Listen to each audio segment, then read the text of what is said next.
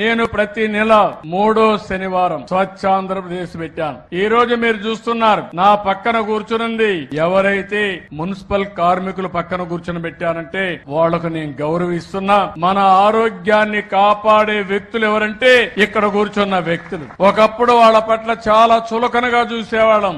ఈ రోజు మనం అందరిలో కూడా గౌరవం పెరిగింది. మన ఆరోగ్యాన్ని కాపాడుతున్నారు, మన కోసం పనిచేస్తున్నారు. ఎవరు చెయ్యని పని వాళ్ళు చేస్తున్నారు. అలాంటి వాళ్ళని మానవతా దృక్పథంతో చూడడమే కాకుండా సమాజం గౌరవించాల్సిన అవసరం ఉంది.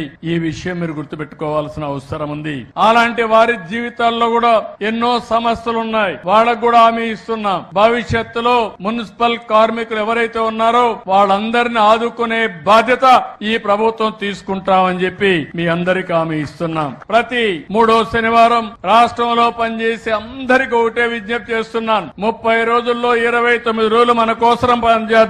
ఒక్క రోజు మాత్రం మీ ఆరోగ్యం కోసం, సమాజం కోసం ఆలోచించండి. ఒక్క రోజు పని చేయకపోతే కొంపలు కూలిపోవు. ఒక్కరోజు చదువుకోకపోయినా పర్వాలేదు, ఉద్యోగస్తులు పని చేయకపోయినా పర్వాలేదు. అందరినీ ఒకటే చెప్తున్నాను, మీ పరిసరాలు శుభ్రంగా పెట్టుకోండి. ప్రతి ఒక్కరు ఇల్లు శుభ్రంగా ఉండాలి. ఇల్లు శుభ్రంగా చేసి ఇంట్లో చెత్త తీసుకొచ్చి వేరే వాళ్ళ ఇళ్ళలో వస్తే మంచిది కాదు, రోడ్డు మీద వేసినా మంచిది కాదు. ఈ విషయం గుర్తుపెట్టుకోవాల్సిన అవసరం ఉంది. మేము ఈ రోజు చెప్తున్నాం, పొడి చెత్త అదే మరిగా ఏదైతే తడి చెత్త, ఈ రెండు సెగ్రిగేట్ చేయమంటున్నాం. మీ ఇంటికి వచ్చే మున్సిపల్ సిబ్బందికి సెపరేట్ చేసిస్తే చాలా వరకు ఉపయోగపడే పరిస్థితి వస్తుంది.